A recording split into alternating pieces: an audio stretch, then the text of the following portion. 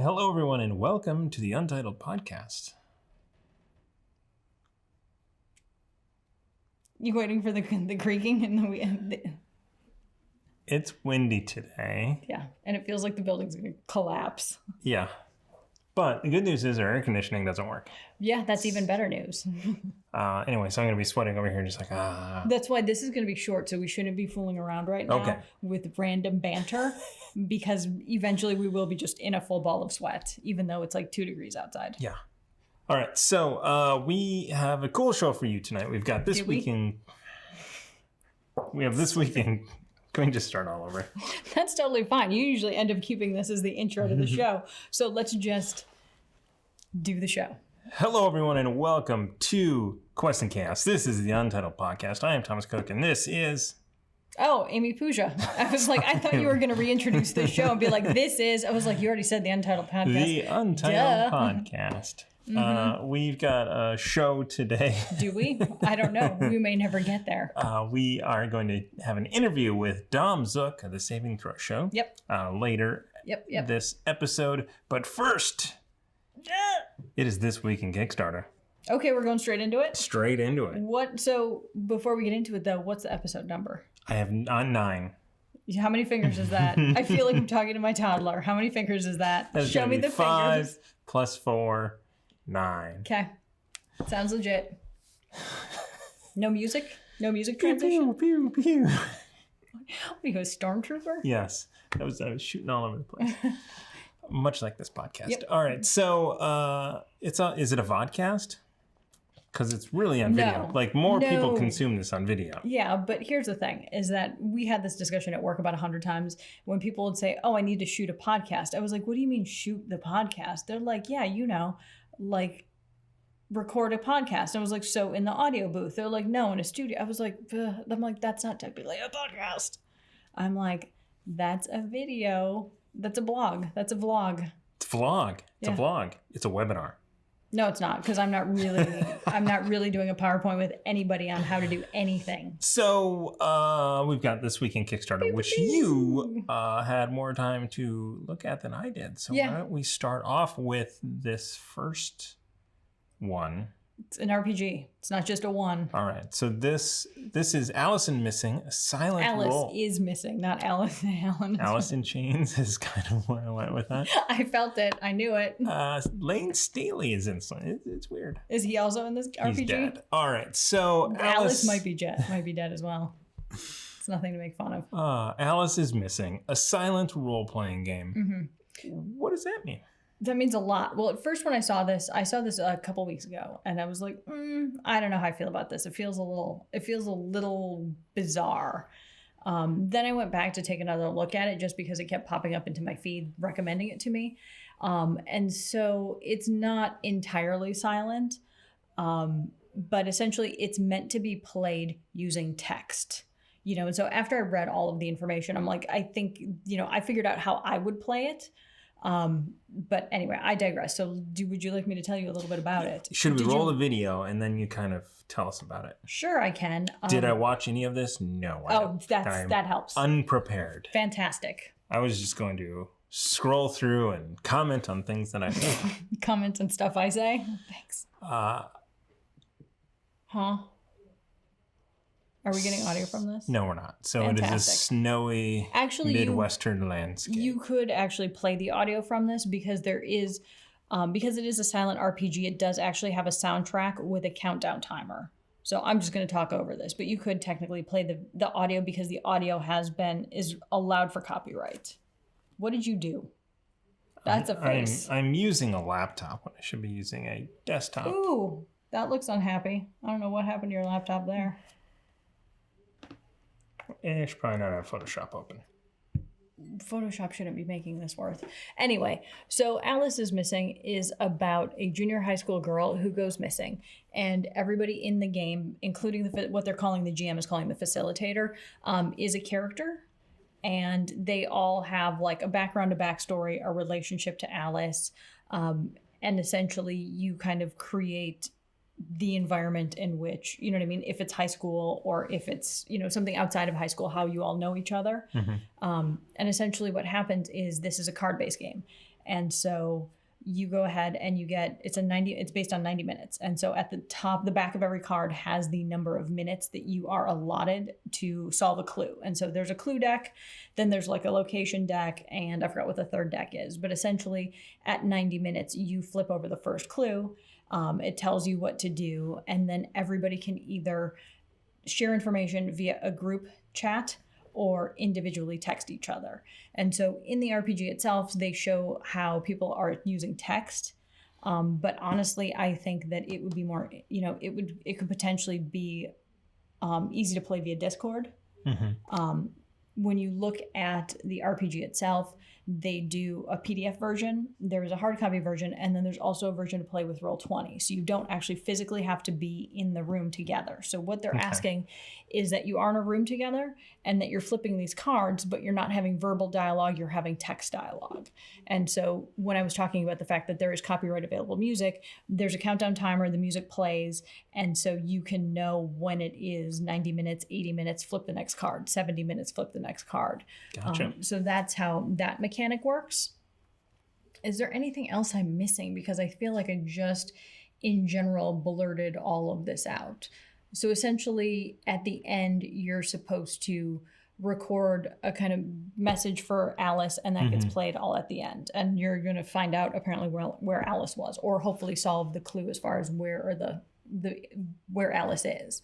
And like I said, there's also a Roll20 component, and so it's extremely inexpensive to play this. In fact, when I look at other things on Kickstarter, I'm really just blown away by the fact that the PDF is only $10. Okay. I mean, it's cheap. Well, I mean, yeah, digital delivery of a PDF, you are paying primarily for the production of the artwork and the design. You're not paying for the production of a physical thing. Yeah. And that's what I'm saying is that just thinking about, it is Hunter's book. So they're the ones who made Altered Carbon. So they've made some big name games or big name RPGs in here. And so just thinking about the labor, if this was my game, how many units are you pushing in order to get me paid and to get my artists paid and all of that, and all of those individuals where I'm like $10 per PDF seems really inexpensive. But it also does scale at that point, I think. Yeah. And it also makes it really easy to distribute. So this one, we are in June right now. They have, I don't know how many days left on this one. Where's the top of this thing? So they have 21 days left. And essentially that makes sense because in 21 days, we're in July. And that's when they're going to do fulfillment. And they're going to do fulfillment on Drive-Thru-RPG. So, and then in November is when physical things happen. So I'm assuming that's when distribution is hopefully started back up. So again, I thought it was really interesting. And when the first time I saw it, I was like, I don't know, it feels weird. I don't know how to think about this yet. Then I started thinking about, well, how would you, if you were a hearing impaired person, would this be something that would be really intriguing for you? Because there really is no verbal communication at this point. You're just doing things, you're reading cards and, doing it via text. And so then I was like, well, maybe I should actually look into the game a little bit further to figure out, well, if you are a hearing impaired individual, how do you know what's on the card? How do you share cards if you're all supposed to be in the same room? Right. And I think Roll20 and things like Discord resolve all of those issues because you don't have to be in the same room. You can now read the cards online via a shared application like Roll20. Or technically, you could probably share it via Zoom or again, I want to say WebEx because I work there, but, and so you could actually share it in a space, in a sharing space. And then somebody turns the cards over when it's time. And then all of the chat is done like via WhatsApp or text, again, or something that's a little bit cheaper like Discord. I wonder if it could be played differently if you had more time than a 90-minute timer. That was my other thought, is because you're now not in the same room as people. Now it's a quote unquote silent RPG, but in fact, it's just probably like a regular, to me, it almost feels very much like you could do this at the same time as being at work. Don't tell anybody that. But go ahead. I was just wondering, if you did that, you're going to lose a lot of the time pressure elements that are probably in this. Okay. But also, how many times do you send out like a message and everybody but one person responds and you're like, oh, Alice is missing, and then you send everything out, and you're like, apparently so is James, and Bo is also missing. Wait, we have to try them on Instagram. Hold on, let me message them. Yeah. You know, so I don't know. No one's stopping you. You're going to certainly try. Okay. I think it could be something where if you don't have the night, let's say you have longer than 90 minutes. Let's say this is something that once a week or once every day a clue is flipped over and everybody kind of has all day to simmer over it, and then, you know what I mean, and just sort of stretch it out a little bit so that it maybe takes 9 days to finish this as opposed to 90 minutes. Oh, shut up. It's forever. 9 days. What is this, Axis and Allies? Yes, it is. Just crazy ideas. I mean, it's meant to be played in 90 minutes, and unless you want to play it, I'll never know if it could be something that could be over 9 days. Awesome. IceScream dice. You know about IceScream dice. Tiana has a set. Tiana has the site. Yes. That's how I know about IceScream dice. Well, and also I just don't tell you things. I mean, I don't have a set, but I wanted a set really desperately bad. Okay. And then I just was like, I don't know if I should just be buying everything I see all the time. You know what I want? Ice cream sandwich. Me too. And that's the problem with IceScream dice is the fact that right now I'm on their website looking at their first Kickstarter, the dice that they had during their first Kickstarter. Root Beer Float. Don't give me, it is my favorite. Oh, and I have root beer. Okay. There may be a dissolve right now, and we may be starting this again in 5 minutes. Well, we don't have ice cream here. We have root beer here. Yes. But ice cream at home. Correct. So there's gonna be a little time lapse here about anyway. There's not gonna be a time lapse at all. We're going to stop recording at some point. You're going to go home and have root beer ice cream floats. But remember the root beer. Okay, I will. I mean, this is now an entire goal. I don't even know what we're doing anymore. I'm gonna hit play on this video and hope this computer doesn't crash. Okay. Oh my goodness. I actually have not watched this video, just because, again, we knew about the dice. So IceScream Dice did an original Kickstarter, and it's based on, candy. So it's root beer floats. Candy corn was another one that I truly love. Candy corn. I know the rest of the world hates candy corn, and that's fine. That's fine. But I happen to love it. Is it fine? No, actually, I think everybody should enjoy colored flavored nuggets as much as I do. Sugar nuggets as much as I do, but they don't. I don't know what's wrong with them. Whatever. What? Can you There's have something in my eye. I think it's hatred and terribleness. You can't hate candy corn that much. Anyway. So this is it is June, and this is their Pride dice. So these are, the same sort of concept with the layered dice, but with for all the colors of asexual, bisexual, lesbian, non-binary, pansexual. And so this is Mark's second Kickstarter that he's doing. And we are trying to line up a conversation with him to talk about the differences between his first Kickstarter and his second Kickstarter. Again, the dice are really kind of beautiful. And one thing that I did notice that I found extremely exciting is your $20 pledge, you get one set of dice, but you also get in on some of the other rewards. And so with this Kickstarter, what I find fascinating is that the rewards are already fully baked. They're fully baked actually up to a large dollar amount. And the fact that with $20, I'm getting, so again, I backed this, by the way. Okay. I forgot that I backed this. And then today I told you I backed this, and I was like, oh yeah, apparently I'm getting some stuff here. $20 is also Canadian.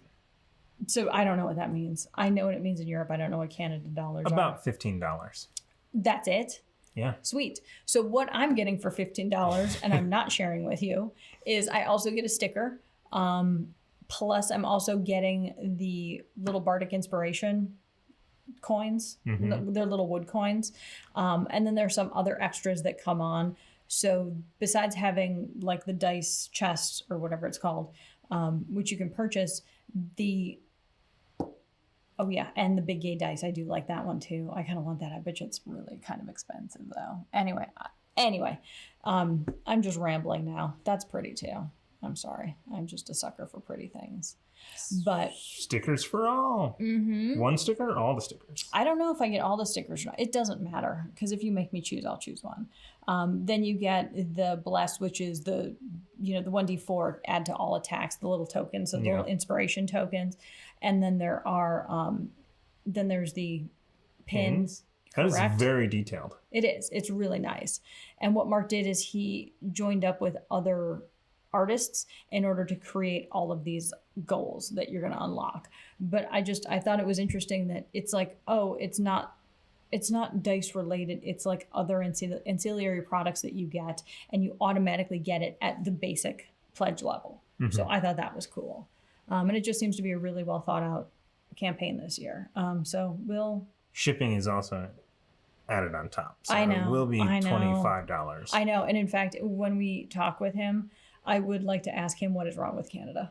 Why is your shipping so difficult? Well, I mean, that's just, yeah. I mean, international shipping is expensive, yeah. So, having fulfillment centers in different places reduces your shipment cost, mm-hmm. right? So you're going to send a container. I don't know if dice require a container like books do. No, because we get the Libris Arcana. You get like a big box. Yeah. They actually ship those from the U.S. I know, but like you can ship individual dice packages in just like a plastic baggie, essentially. Yeah.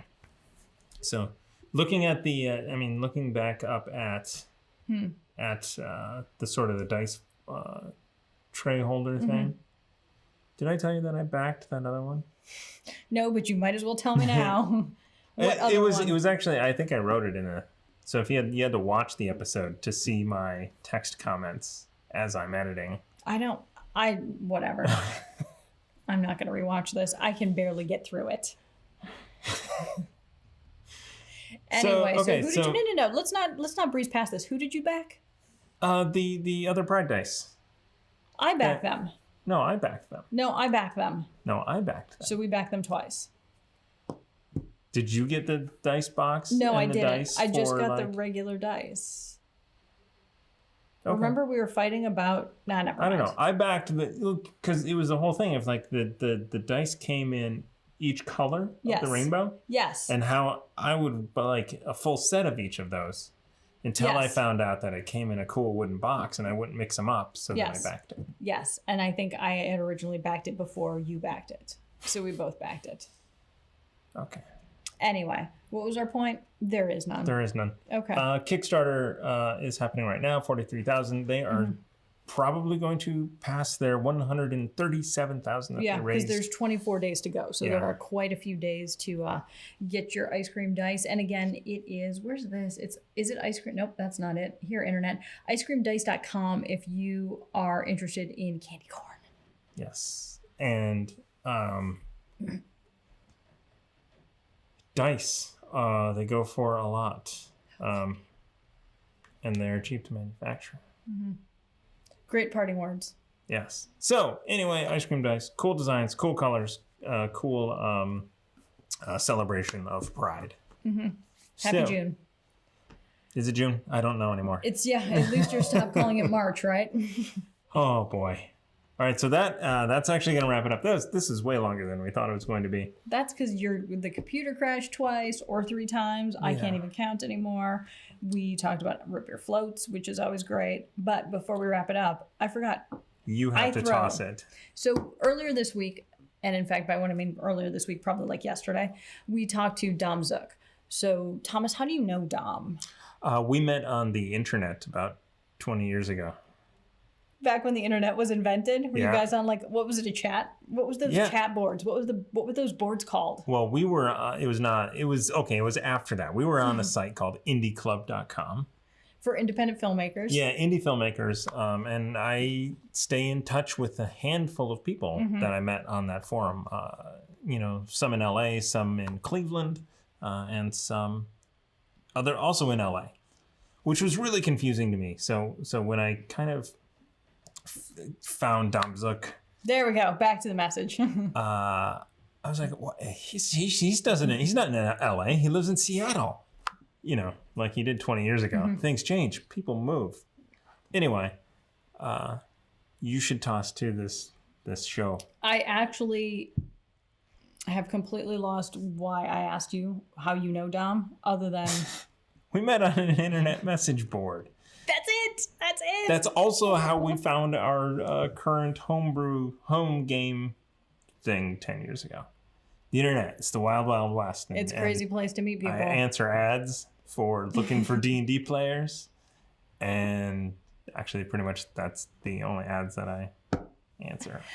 Anyway, so I was hoping you would get a little bit more into, we started our Twitch channel. Oh God, you are useless today. You are absolutely, just scroll on the computer. That's all you do. That's all your job is today. We started a channel, and then we started looking at the other things that were out there. And then we saw Saving Throw Show, and they were doing like in studio, high quality stuff, great role play. Good actors from LA. Actors, and then I'm like, wait a minute, I know that guy. Turns out to be Dom Zook, who owns the channel and runs the channel. And so we had an opportunity to deep dive with Dom a couple days ago. We talk tech, we talk other stuff, creative, workflow. A little bit. So it's definitely a deep dive for all tech heads. So check it out. All right, we are here with Dom Zook from the Saving Throw Show. Dom, how are you doing right now? I am okay. Thanks for having me. Awesome. How are you? Hanging in there. That's I think the the typical things that we're doing. So for those that don't know who you are and who the Saving Throw Show is, can you tell us who you are and what the show is? Sure, yeah. My name is Dom Zook, and I run Saving Throw Show, which is a live stream tabletop gaming channel. We stream live on Twitch and have our VODs also on YouTube. And we've been doing that since about 2014. So at this point, about 6 years. And yeah, it's just sort of been running that as well as can be expected for most of the time, running out of a studio, similar to you guys. And yeah. What was that sort of that initial inspiration for you to start streaming? Initially, we wanted to run a series of instructional videos teaching people how to play Pathfinder. And we ran a Kickstarter, raised the money, did those videos, and ended up with a little bit of extra money. And one of our goals, our stretch goals, was to do a live stream of what we were teaching, basically. So we did one show that was 4 hours long, and we rented a studio and everything like that. And I loved it. Coming from a filmmaking background and everything, it really kind of tied in everything that I enjoy about the process, in addition to playing a game. And I thought this would be great if we could do this weekly. Not a whole lot of people are doing this right now. How early I was in the world, but yeah, it really kind of struck a chord with me.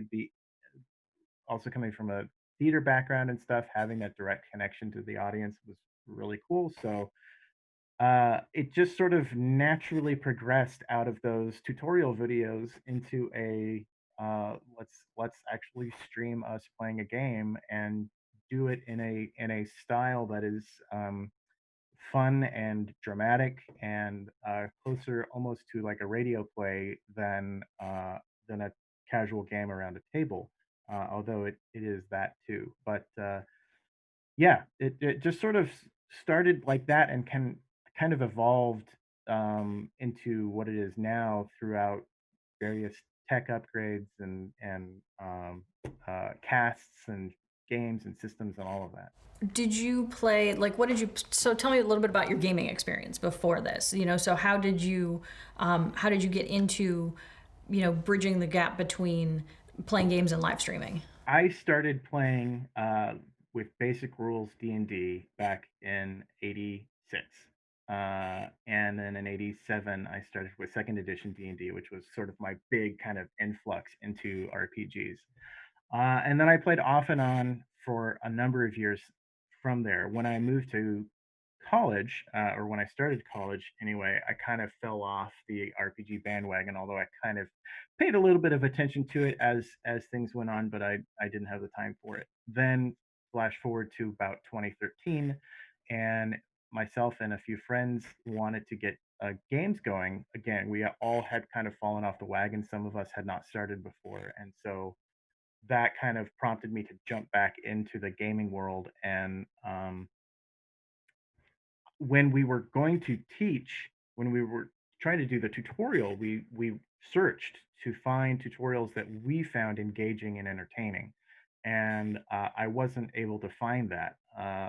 So I decided to make my own thing, and then that, like I said, sort of transitioned into us streaming because I wasn't able to see the kind of streaming RPG shows that I wanted to watch. Everybody around a table, everyone kind of, building and engaging and having rich stories and characters. So yeah, that was sort of a big component of what I wanted to do. I'm not seeing what I wanted to see, basically, and making it happen. Do you think that sort of when you started was at the Pathfinder was at the peak of the industry, right? Versus fourth edition. How did you find the next couple of years, that transition where fifth edition actually came out and started gaining a lot of traction? Yeah, I mean it's interesting because we did very initially our initial thought, because a couple of us, I started the channel with my friends Tyler Rhodes and Benjamin Dunn, and Tyler and I had both kind of cut our teeth on second edition D&D. And our initial thought was, hey, let's teach second edition D&D. And we knew that there were editions before that or after that, but we were like, we started going around and telling people, hey, we're going to teach people how to play second edition D&D because no one's doing that. And they're like, there's a reason no one's doing that. And so we said, oh, okay, well, then what can we do? And people were like, well, how about Pathfinder?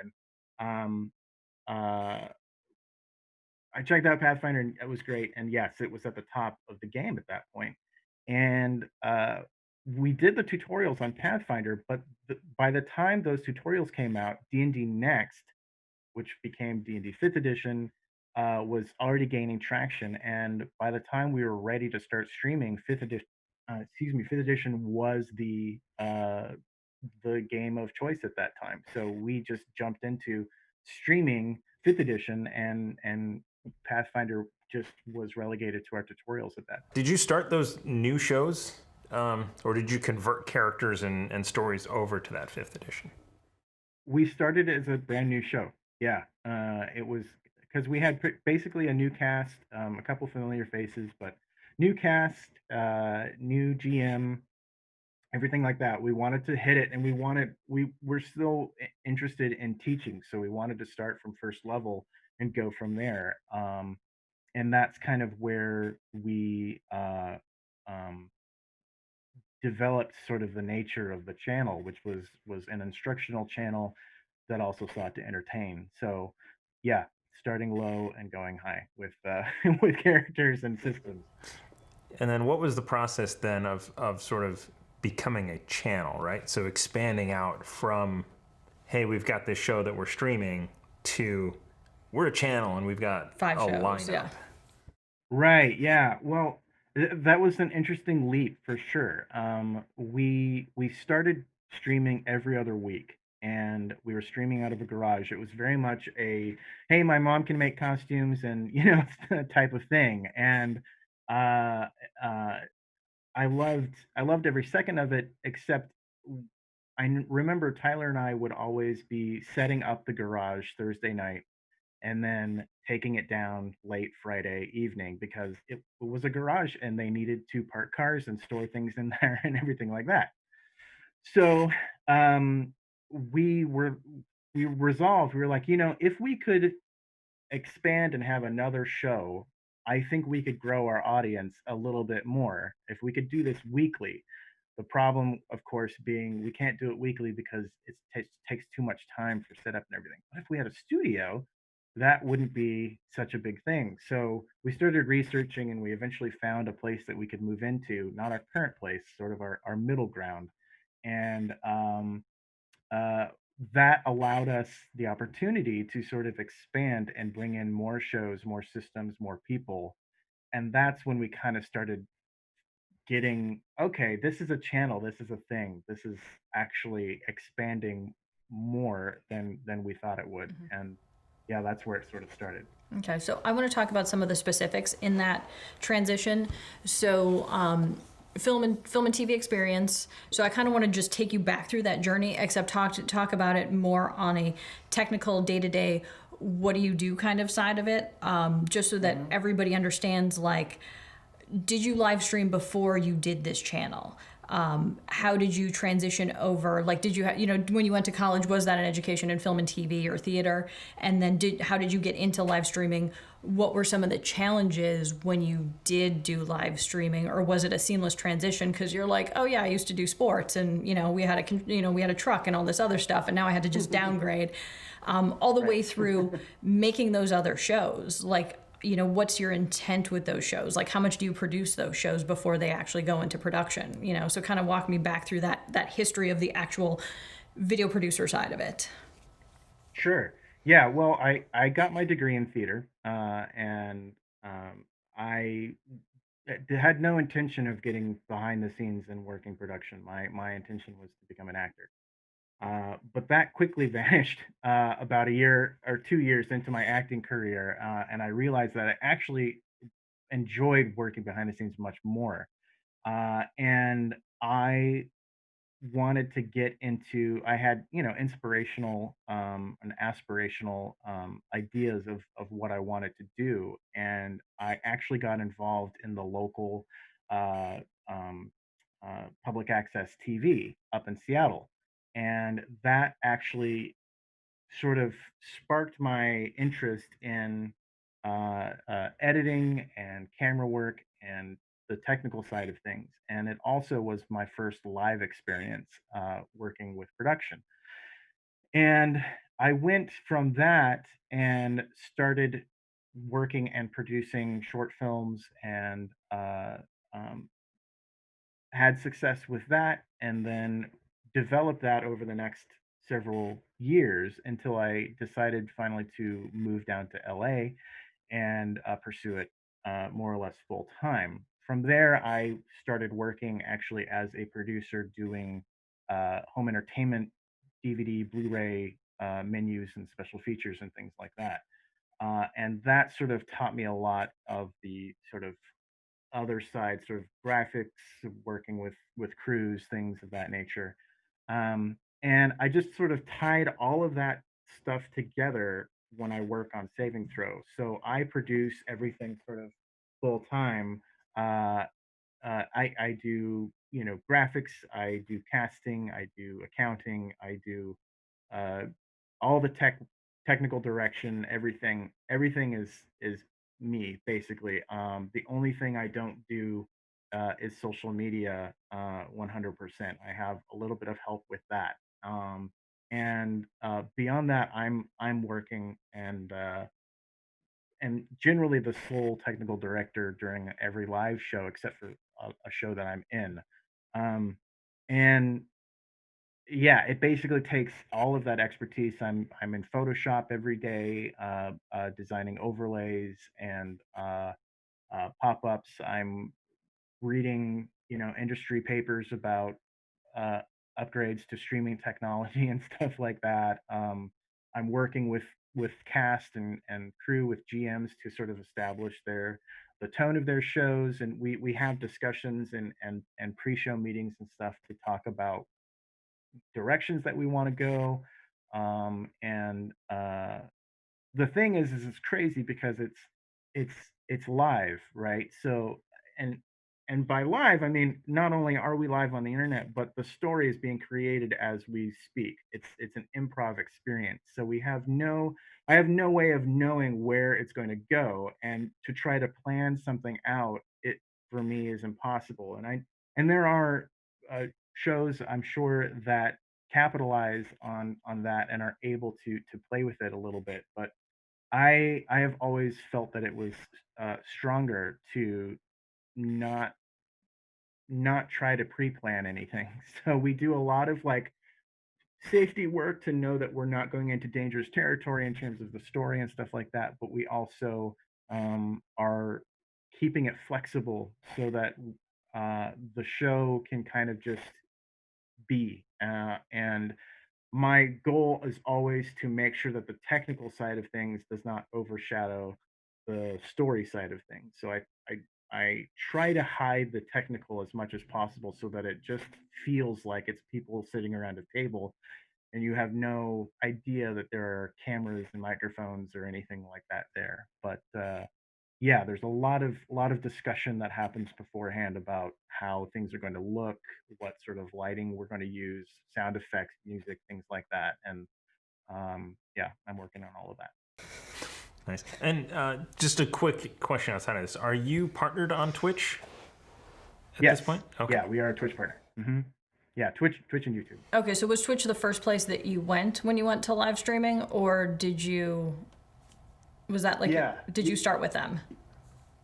We initially we started co-streaming on Twitch and YouTube, and we Twitch was where I almost no one was streaming on YouTube at the time, and most of the channels that I was watching were all on Twitch. Any RPG channels that I saw were all on Twitch. I mean, this is before Geek and Sundry had started and stuff like that. So there were only a few people who were actually streaming D&D, and I knew that the community was there and that we could build off of that. And the YouTube community at the time was hard and difficult. Even though we had way more followers and subscribers on YouTube than we did on Twitch, it was still we could not get people to watch a live stream. Whereas Twitch, everyone was focused on live streams and they knew what they were getting into. So yeah, we pretty much focused our attention on Twitch when we very first started. So I just want to kind of touch base a little bit on when we started to do our channel. Yeah. Because we hadn't been really watching a lot of Twitch at all. So I had been watching YouTube plays of modules that I was running, and seeing like, this is 30,000 views on, this. I'm like, okay, so, and then as a technical director and a video person, it's like, oh, we could easily do way better than they do technically. So then it's a matter of talent and acting and story and all the other stuff, and the actual thing.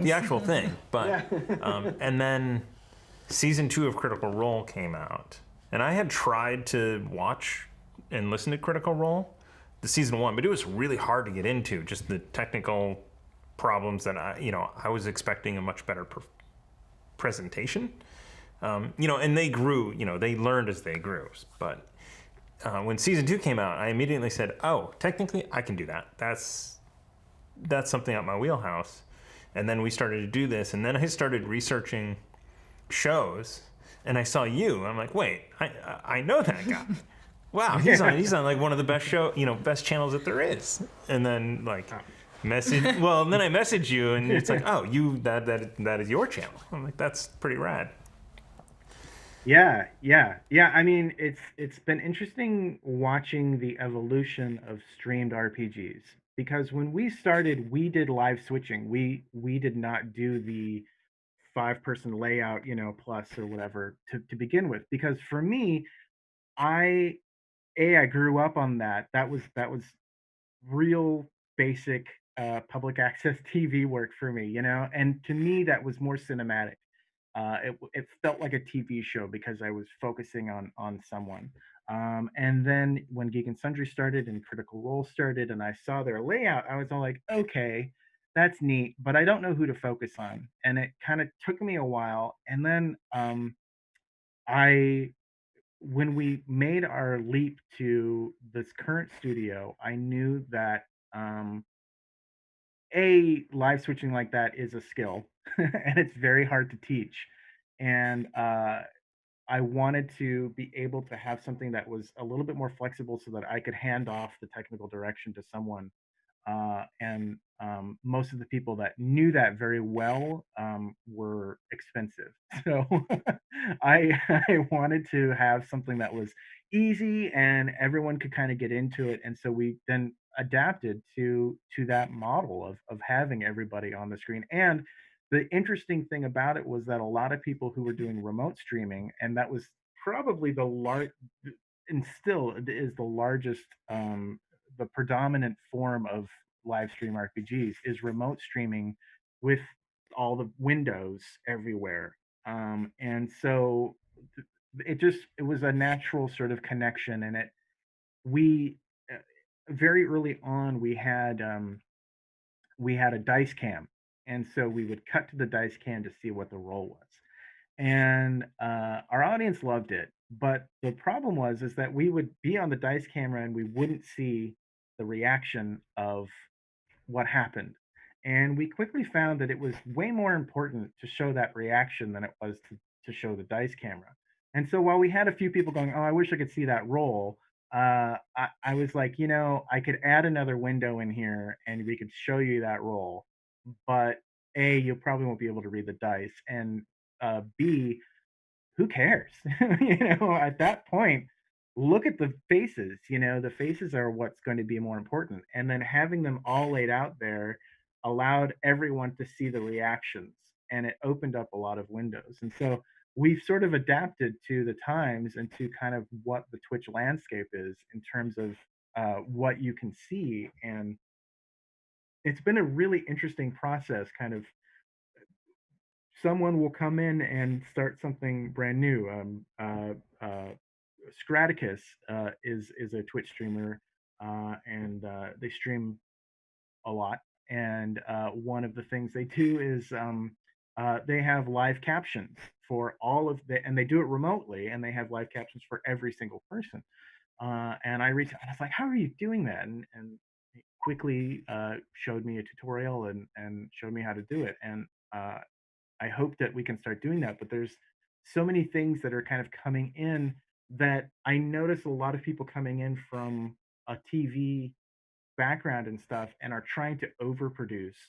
And I often am, when I'm called in to do like live streaming, freelancing and stuff like that, I'm like, you can cut half of this stuff because it's not necessary. It's like, yeah, it is absolutely brilliant to have all of these lights and all of these cameras and all of this crew and stuff. I would love to have that, but it's not necessary because when I'm literally running the entire studio by myself, not by choice necessarily, but it's possible. And I think that's a really cool thing about live streaming is that, and it's something that I teach in panels and stuff when I go to conventions, and it's how to do that, how to get started in this. And it's something that I've always enjoyed doing way back when I was, you know, producing short films and stuff like that. And it's like, let's focus on story and then let's get the technical stuff. And I'm a huge tech head, so like sometimes I have to pull myself back because I'm like, oh, you know, if we could put, you know, camera up there, we could have that there and then loop that in through here so that this guy remotely, you know, and I start working all of that stuff. And then I'm like, nope, no. Let's get the camera on the people and then go from there.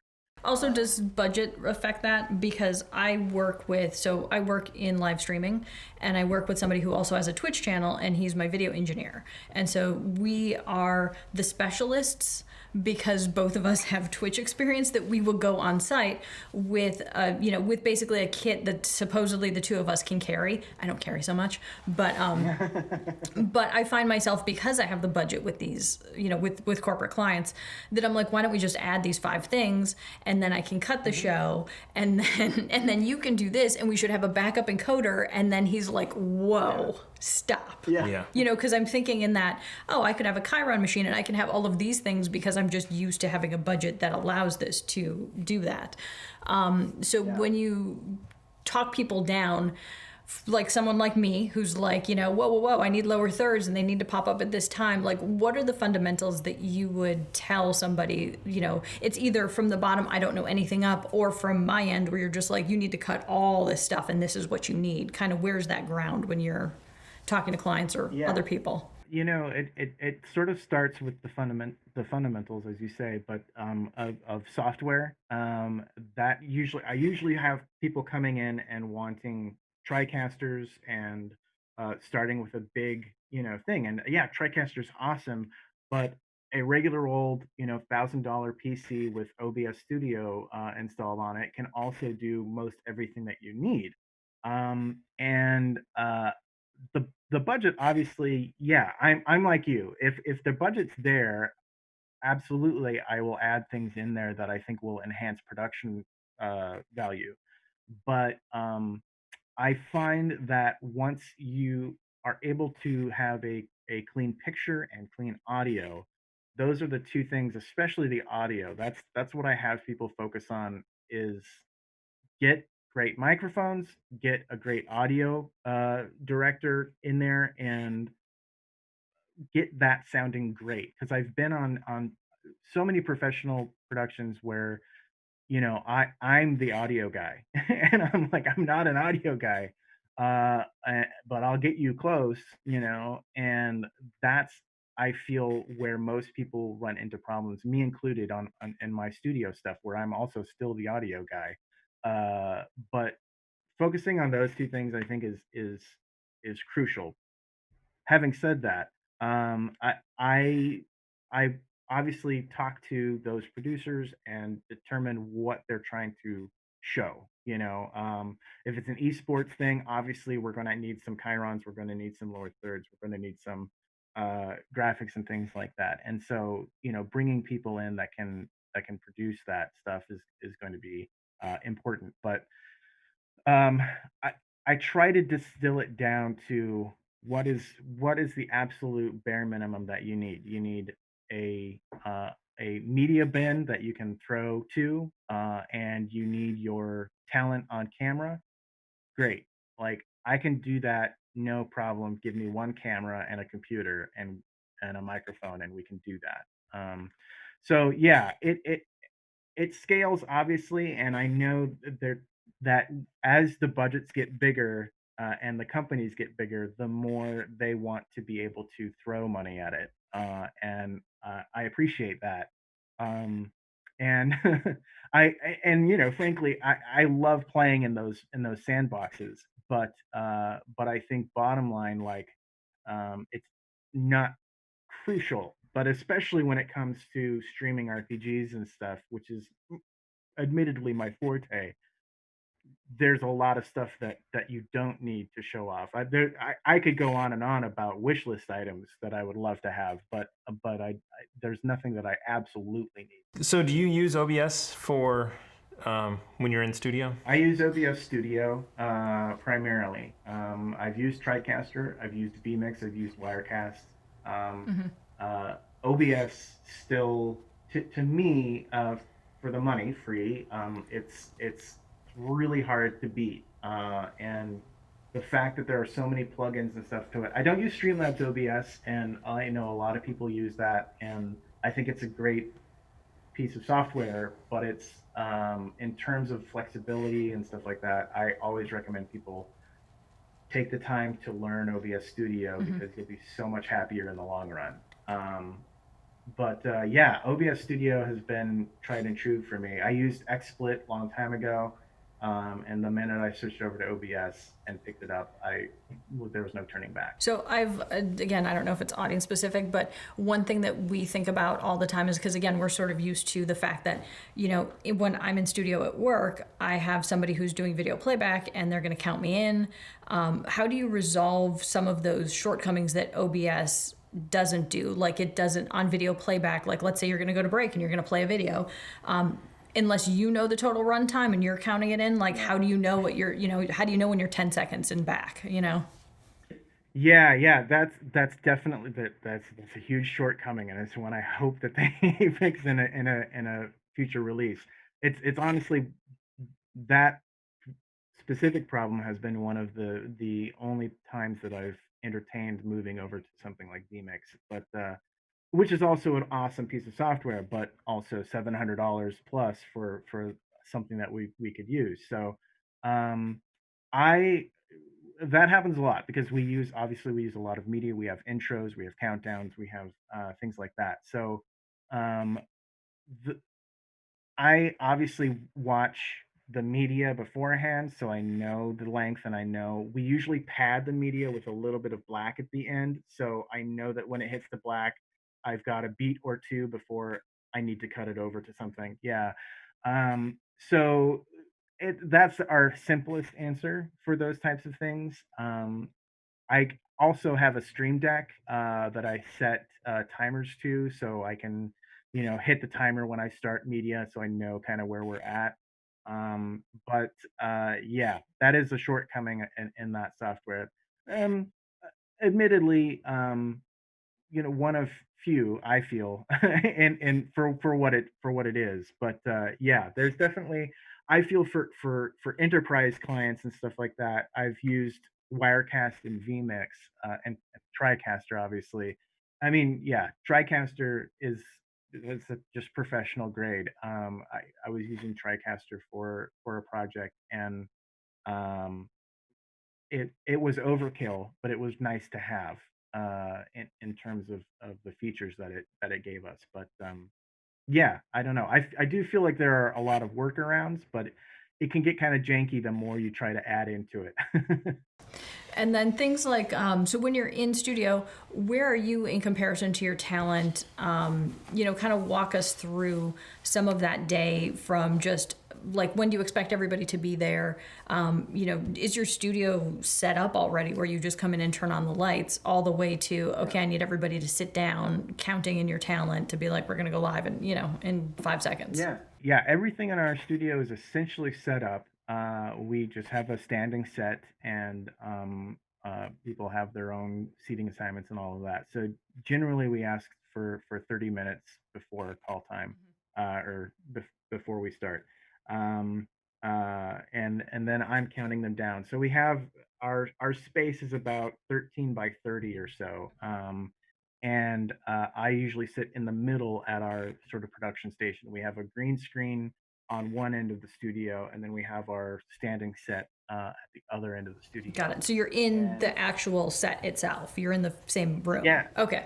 I'm in the same room. Yeah.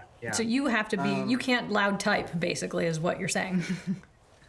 No, and it's funny. At one point, I had a very nice mechanical keyboard, but my keycaps were a little too loud, and you could easily hear.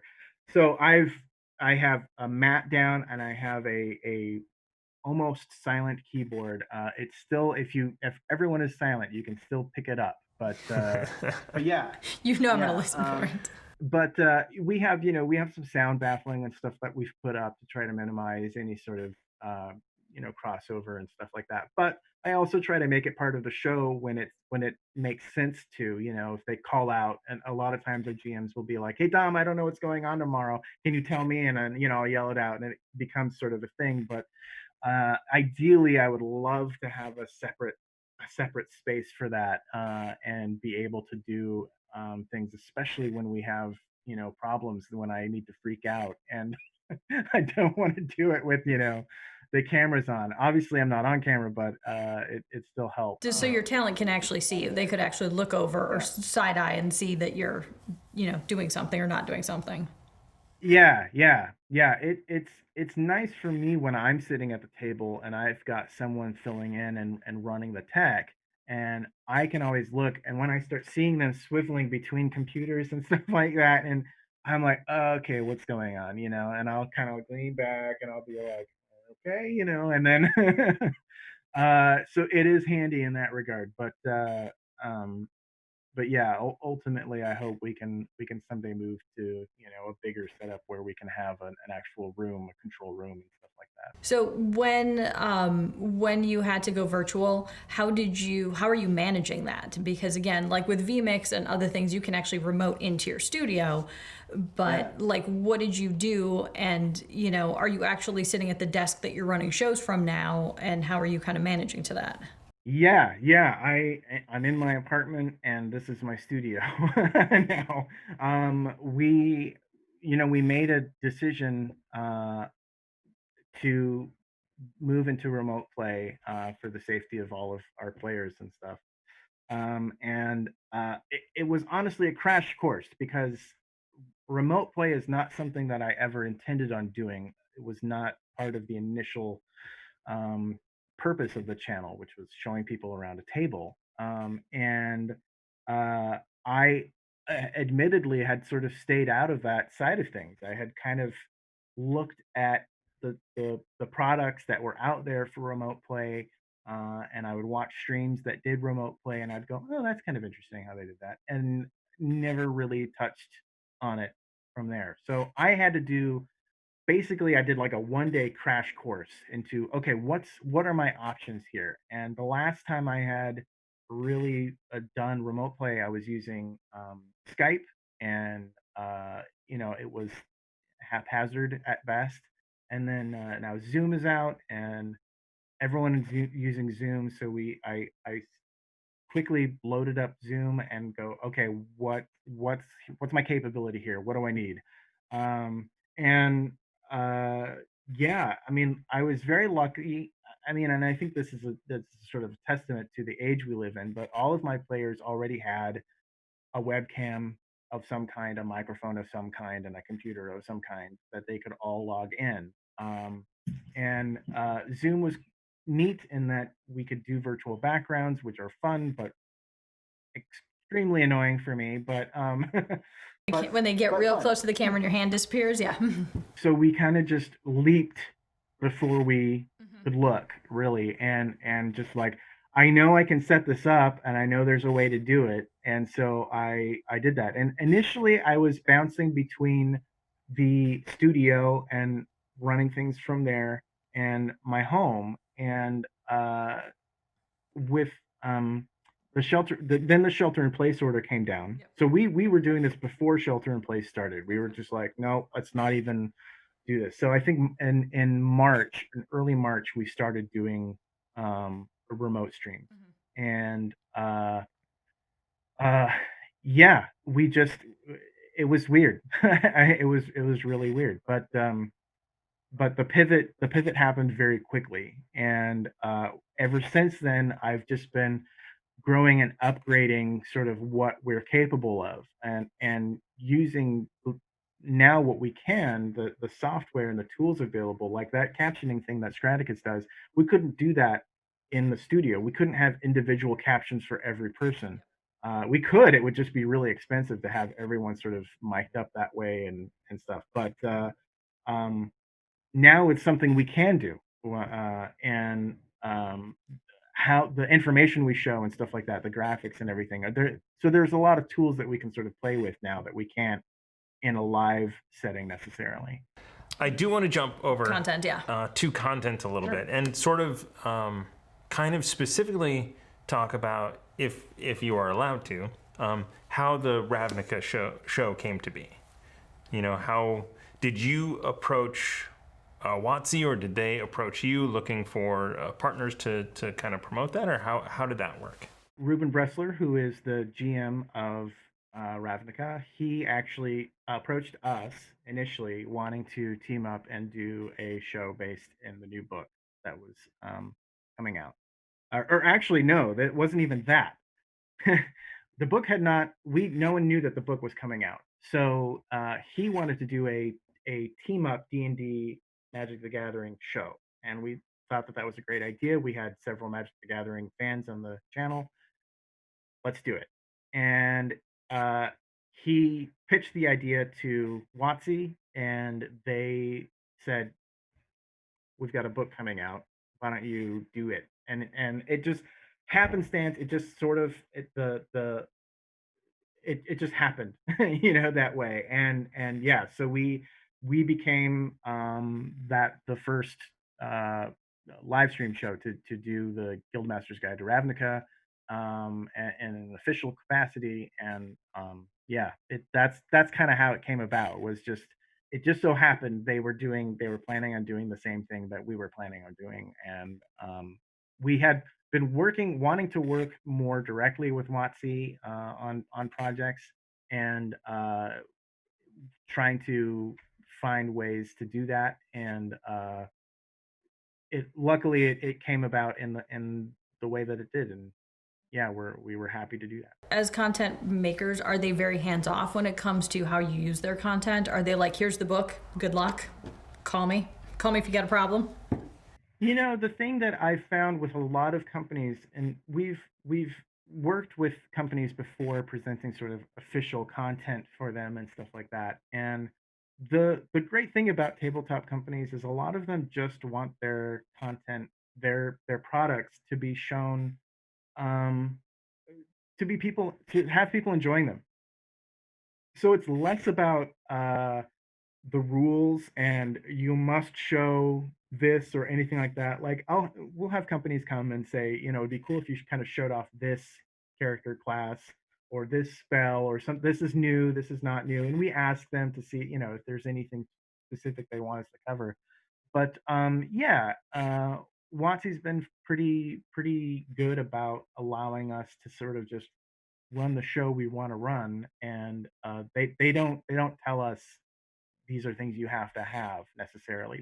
They see fairly eye to eye with us in terms of what we want to produce. So. How do you see your other RPGs compared to the D&D type of stuff? We just as far as audience reach and engagement. Yeah, I mean, we have our show Wildcards, which is the show that I'm on, is a Savage Worlds based stream, and that has grown significantly and in some ways faster than our D&D content, uh, by virtue of a committed fan base, a committed company behind it, and uh, a lack of other Savage Worlds streams.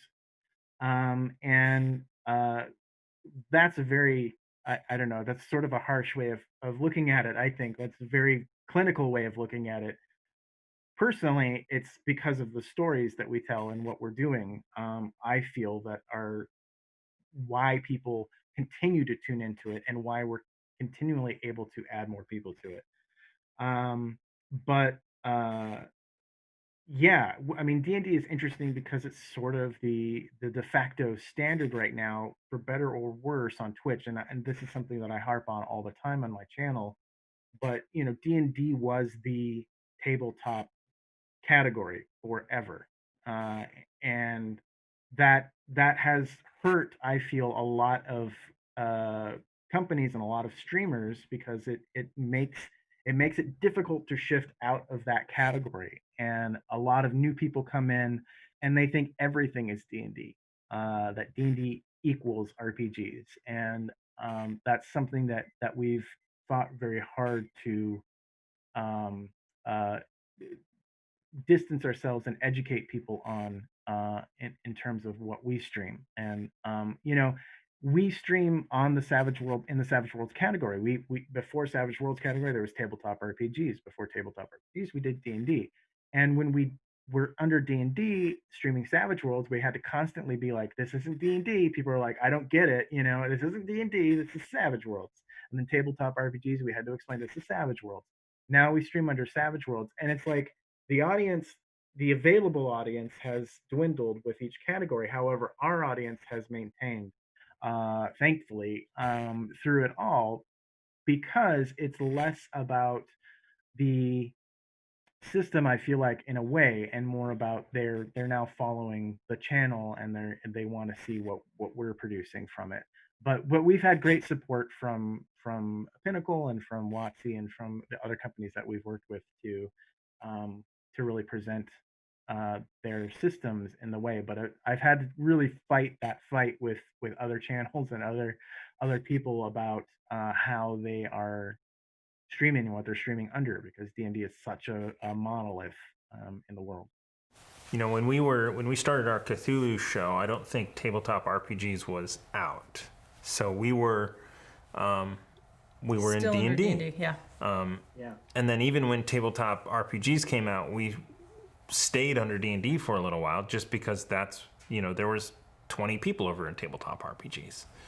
Right. Yeah. So yesterday, though, I do have to say, I logged on yesterday. There were more people watching Tabletop RPGs than there were watching D&D, and I think it was just because of the time, as well, because it was a huge European audience when I went to Tabletop RPGs, that I was like, oh, okay, half of this stuff isn't in English. Mm-hmm. That's interesting. Yeah, it's fascinating following that sort of industry, that streaming, the streaming tabletop industry, anyway, and because when we were sort of at our heyday before the pandemic sort of shut a lot of things down, we were streaming 4 or 5 shows a week, and they were all different systems. And before we moved to Tabletop RPGs, when it was just D&D, yeah, we were streaming Edge of the Empire, Call of Cthulhu, Lasers and Feelings. We were doing so many things. Yeah, I saw your 12 candles thing. I think you guys did as well. Yeah, 10 candles. Yeah, 10 candles. Sorry, that's yeah. it. I'm sorry, it's not Hanukkah. Yeah. Yeah, you're right. That's a different game, but it's the 10 Candles was under D&D, and yeah, people are like, oh, is this a cool new way to play D&D? It's like, yeah, it is a cool new way to play D&D. With a totally different completely book. different way. Yeah. So yeah, it's been interesting sort of educating the world, because a lot of the Twitch audience, we've noticed, a lot of the RPG audience doesn't know Twitch as well. They know that things happen on Twitch, but to the large majority of people outside, Critical Role is and will be the only RPG show that ever will exist. And what they play is and this is not a swipe at Critical Role, who does an amazing job, but their style of D&D will be the style of D&D that people look to emulate and want to play and everything. And honestly, I know that sucks for them. They don't want to be that. But it's for better or worse, such a huge audience is tuning in for that. And it's definitely been an interesting sort of how we juggle that landscape. And that was kind of my next specific question that I sort of wanted to beat around the bush to get to. But I mean, really, when Critical Role came on, how has that affected your strategy? Not only when you talk about I'll do the 5-up camera view or whatever, as opposed to doing a cut show, but how does that affect your strategy for your channel itself? The way I liken it is to the independent film boom of the early 2000s and stuff. It's like no one can be Napoleon Dynamite. No one can be Clerks. They are their own things and don't try to be that. The things I try to pull away from Critical Role are technical things. Any behind the scenes photo I can manage to find. We're like, what lights are those? I will. Yeah, I mean, it's to the point. Mike placement. Yeah, it's to the point where we're like, how far do you think the background is from the foreground? You know what I mean? Like, we're literally more space than we have. Yeah, exactly, more space than we have. Exactly, and I have no space in my studio for that stuff. It's like I would love some depth of field here, but there's no way I can get it. And there are some things obviously we cannot replicate, but knowing sort of what they're working with, and I visited back when they were at Geek and Sundry. I visited the studio, and so I was able to see kind of what they're working with. And I know that they transitioned a lot of that when they moved into their own channel and stuff. And yeah, it's amazing what they're doing, and that they are certainly trailblazing a lot of it. But yeah, sometimes it's hard, and I just kind of wish people would know to look for other things. But I think our audience is absolutely astounding. They always show up, and they watch Critical Role too. And I think that there's no reason that there can't be more than one streaming RPG channel, obviously. And when they came onto the scene, it was more there there's no way for us to we don't have that lead-in audience. We don't have a resting 1,200 people just waiting for the show to come back on, and then that balloons up when we do come on. um it's interesting from a number standpoint, sort of seeing what they're capable of doing and stuff. But yeah, it's fascinating. I'm sure if it continues, and I hope that it does, it will be fascinating to see people writing about how Critical Role sort of shaped streaming a little bit, because Twitch is still primarily video game based, and there is no one remotely close to streaming at the level that Critical Role is streaming at in terms of audience, uh, for for tabletop streaming.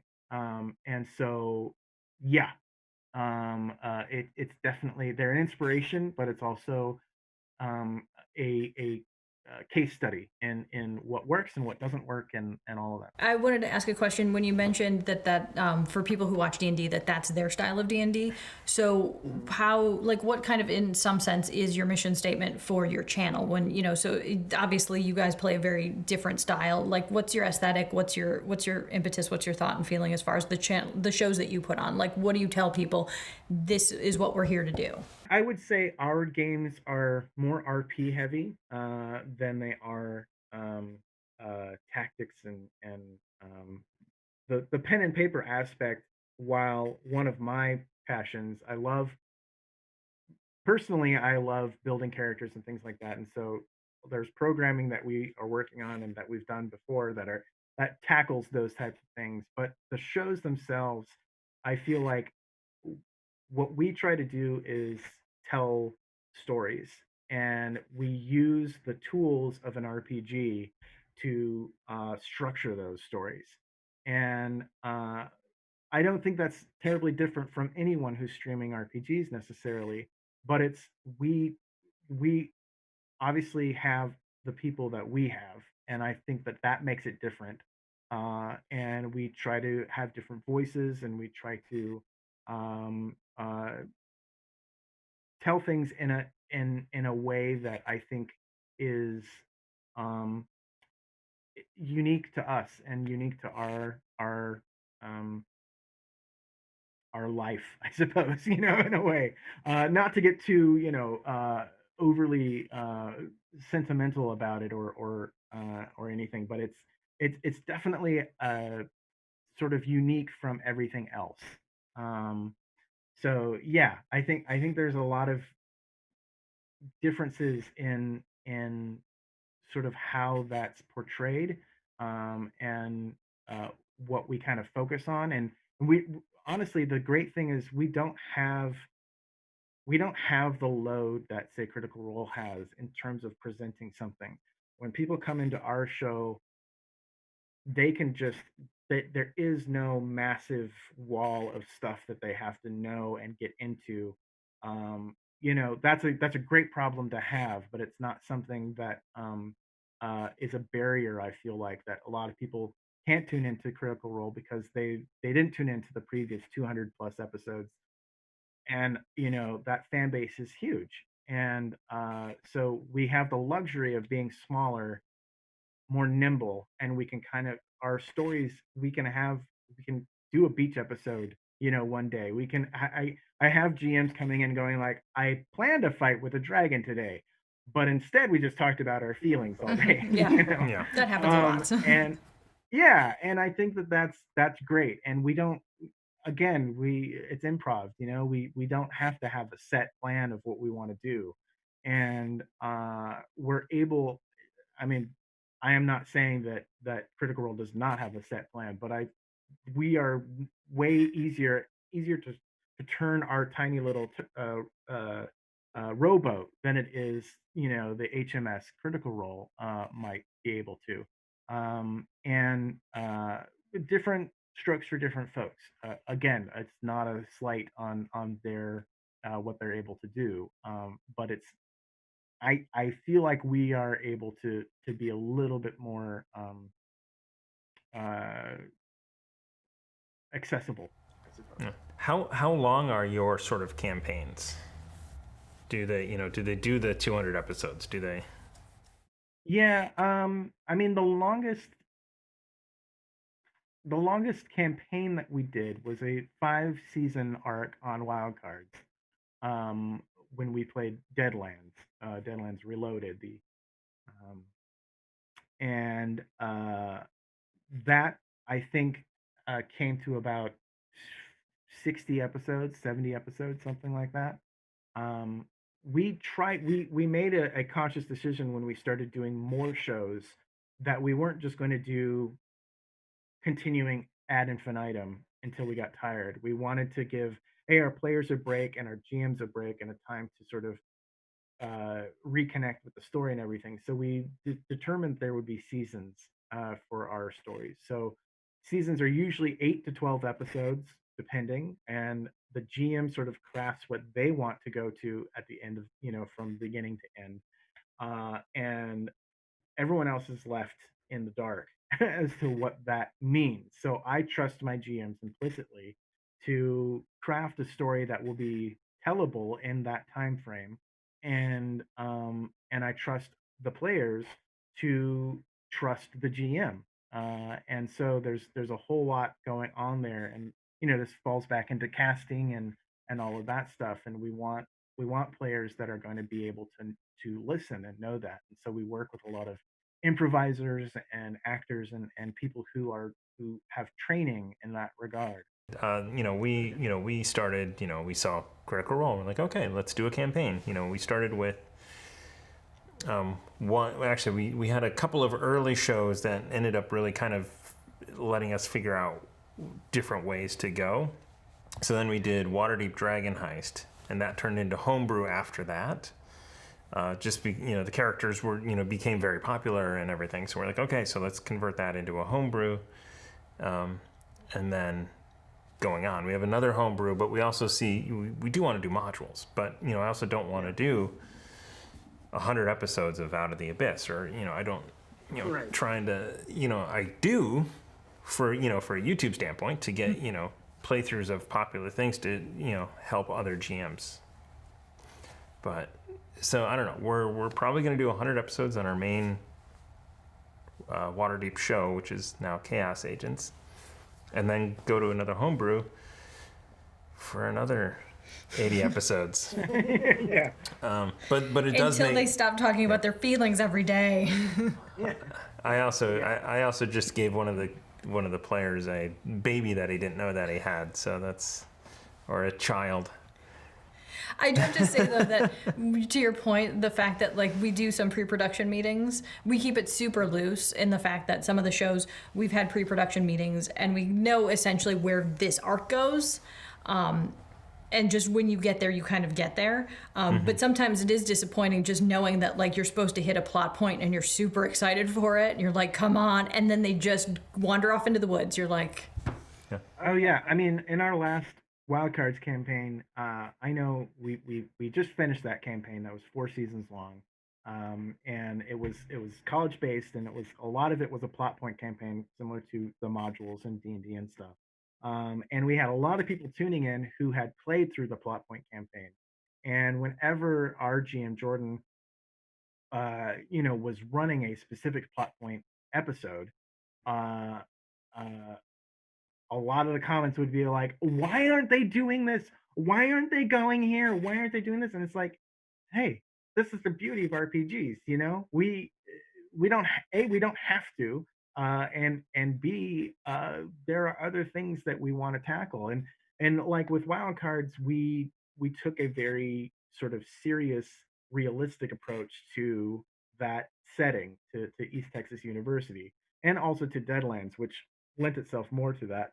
But it was about finding the truth of what we would do, and it's frustrating, and I get it, to a lot of people who are like, my characters wouldn't do this. My characters would create this and do this and do that and do the other thing, and my answer is always, that's awesome. I love it, because it's that's the beauty of RPGs, is that no two people are going to play it the same way. No two GMs are going to run it the same way. And I feel the part of the value of streamed RPGs is not to see a way to run it, but to see a way it was run, and hopefully have that inform how you see something that you like and you can pull from that. Do any of your shows or any of your players go back? Like, how are your postmortems on your shows? Are they some technical and some story driven?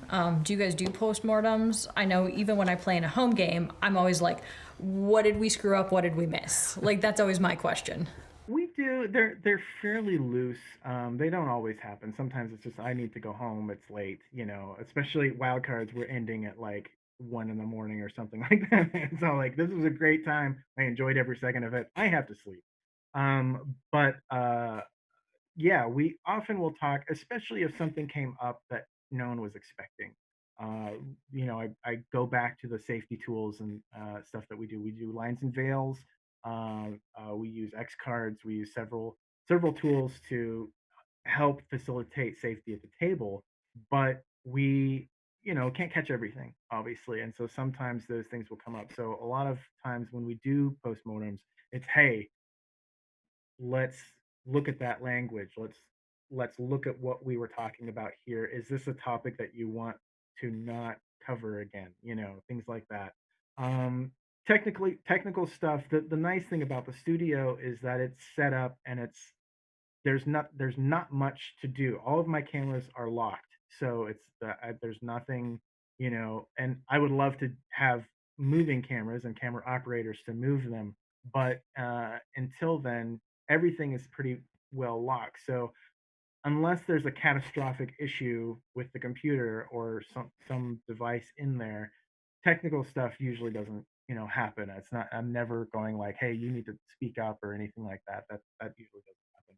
How are you doing your audio when you are in locally? Are you doing lavs or?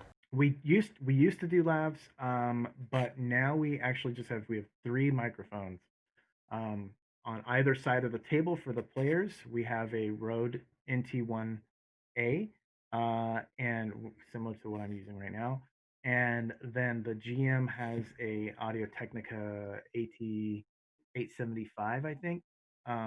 So he's kind of got a boom mic on him, and then we have a couple of cardioids basically on either side of the table. It's great when we've got 5 people there. When we add more people, I usually have to bring in another mic because that person's starting to trail off of that cardioid pattern. But it's opened up so much for us in terms of we can wear costumes without problems. People can get up and go to the bathroom without issue. All of these things, because we weren't using. We're just in a concrete box, so wireless stuff with all of the Wi-Fi and cell phones and stuff. It doesn't work. So when we were using lavs, we were all wired in, and so everyone would get up and then, always do that, or their lav would get turned and twisted around, or anything, or they would keep doing this or whatever. So yeah, once we were able to set up a static audio system, a lot of problems went away, and so I'm very happy with that. But it took a lot of time and a lot of people coming in helping me out with that because I'm not an audio guy. But yeah, and I constantly see ways that we can improve it. Thank you, Dom, for joining us here on the Untitled podcast. Thanks so much for having me. I loved every second of it. I hope I can come back. So I think that does it for this week on the Untitled podcast. Is there any other ramblings that you need to address before we leave? So the only other ramblings are we are about to hit a very busy time period for myself during the day wise. So we'll see how often we can actually get these done. Oh, it's going to be my terrible editing skills, which is none. So I hate editing. We're trying to line up some very cool guests. Some of them are in the UK, so the time zone is a bit different. Some of them are very famous game designers, so it should be exciting. Yep, I look forward to this summer if it ever gets here.